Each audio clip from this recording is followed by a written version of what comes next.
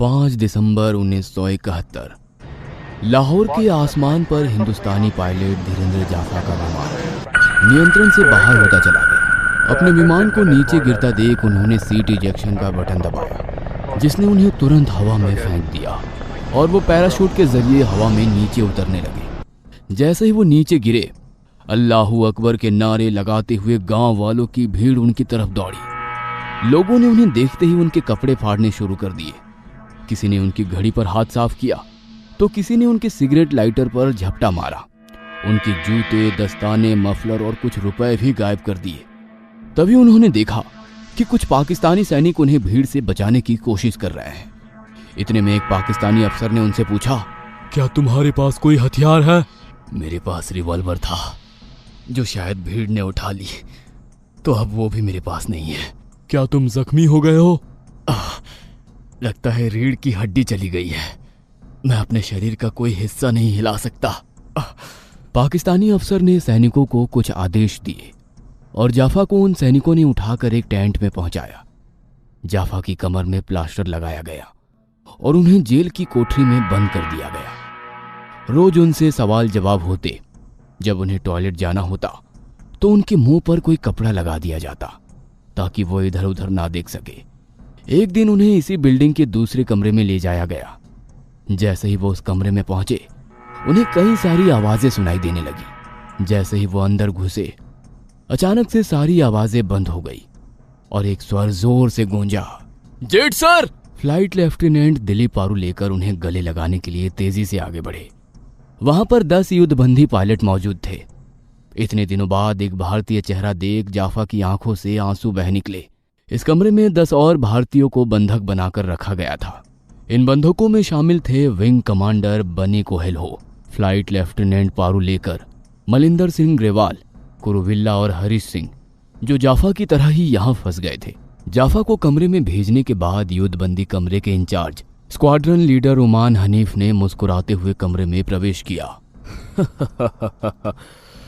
मैंने सोचा कि मैं आप लोगों को क्रिसमस की मुबारकबाद दे दूं। वो शाम एक यादगार शाम रही। 1971 की लड़ाई में एक बार पारू लेकर ने कहा था, अगर मेरा विमान गिर जाता है और मैं पकड़ा जाता हूं तो मैं जेल में बैठा नहीं रहूंगा, मैं वहां से भागने की कोशिश करूंगा। और उन्होंने यही किया। और भागने में उनके साथ ही थे फ्लाइट लेफ्टिनेंट ग्रेवाल और फ्लाइंग ऑफिसर हरीश सिंह हाजी। तय ये हुआ कि सेल नंबर 5 की दीवार में 21 बाई 15 इंच का छेद किया जाएगा, जो पाकिस्तानी सेना के रऊसगार दफ्तर के अहाते में खुलेगा। फिर 6 फुट की दीवार लांघकर वो माल रोड पर कदम रखेंगे। कुरुविला ने इलेक्ट्रिशियन से एक स्क्रू ड्राइवर चुराया और ग्रेवाल ने एक धारदार हथियार का इंतजाम किया। रात में पारू लेकर और ग्रेवाल खोदना शुरू करते हैं। हैरी और चियर्टी नाम के कैदी इस बात की निगरानी करते हैं कि कोई आ तो नहीं रहा। इसी बीच ट्रांसमीटर की वॉल्यूम को बढ़ा दी जाती है। उस समय भारतीय कैदियों को जिनेवा समझौते के शर्तों के हिसाब से 50 फ्रैंक के बराबर की मुद्रा हर माह वेतन के तौर पर मिला करती थी, जिससे वे अपनी जरूरत की चीजें खरीदते और कुछ पैसा भी बचा कर रखते थे। तावत नाम के दूसरे इंडियन साथी ने तार और बैटरी की मदद से एक काम चलाऊ कंपास बनाया। 14 अगस्त को पाकिस्तान का स्वतंत्रता दिवस था। पारू लेकर ने अंदाजा लगाया कि उस दिन गार्ड लोग छुट्टी के मूड में होंगे और कम सतर्क होंगे।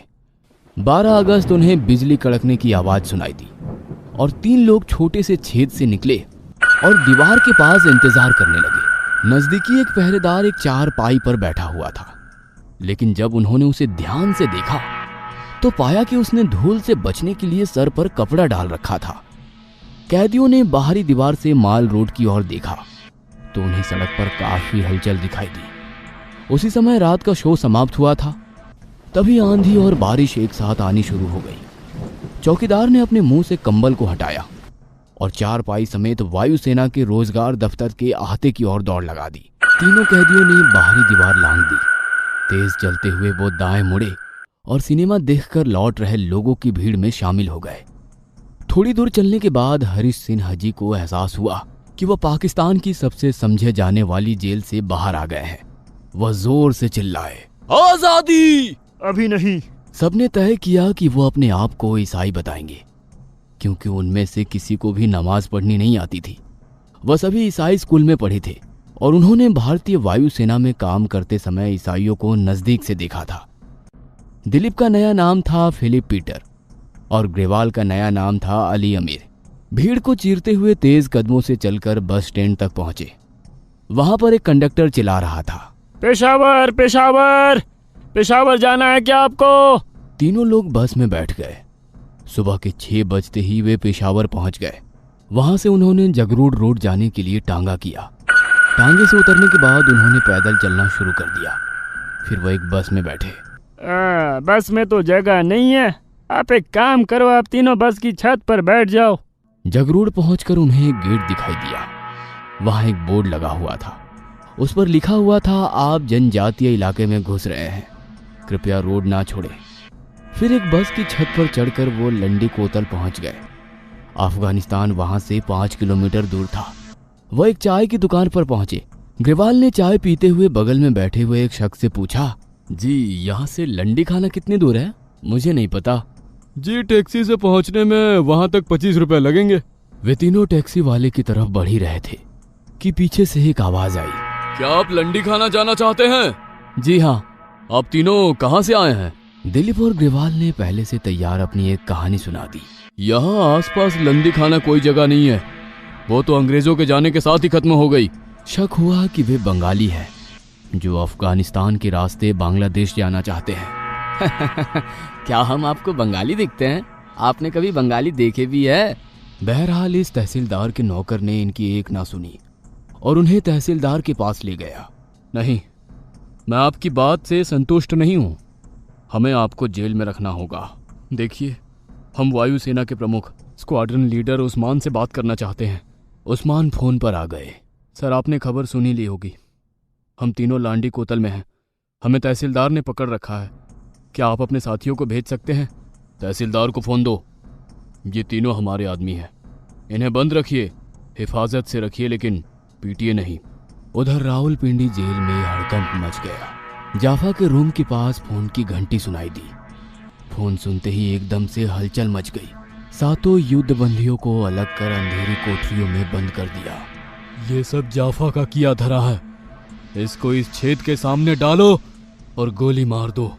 हम कहेंगे कि ये भी उन तीनों के साथ भागने की कोशिश कर रहा था। फिर सभी युद्ध बंदियों को लायलपुर जेल लाया गया। वहां भारतीय थल सेना के बंदी भी थे। एक दिन वहां पाकिस्तान के राष्ट्रपति जुल्फिकार अली भुट्टो पहुंच गए। उन्होंने भाषण दिया, आपकी सरकार को आपके बारे में कोई चिंता नहीं है, लेकिन मैंने अपनी तरफ से आप सबको छोड़ देने का फैसला किया है। 1 दिसंबर 1971 को सारे युद्ध बंदियों को बाघा बॉर्डर पार करवाया गया। उनमें क्षोभ था कि उनकी सरकार ने उन्हें छुड़ाने के लिए कुछ भी नहीं किया। भुट्टो की दरियादिली से उन्हें रिहाई मिली है, ना कि उनके देश की सरकार की बदौलत। लेकिन जैसे ही उन्होंने भारतीय सीमा में प्रवेश किया, वहां मौजूद हजारों लोगों ने मालाएं पहनाकर उन्हें गले लगाकर उनका स्वागत किया। पंजाब के मुख्यमंत्री ज्ञानी जैल सिंह वहां खुद मौजूद थे। बाघा से 22 किलोमीटर दूर उनके स्वागत के लिए सैकड़ों वंदरवार बनाए गए थे। लोगों का इतना प्यार देख युद्ध बंदियों का गुस्सा जाता रहा।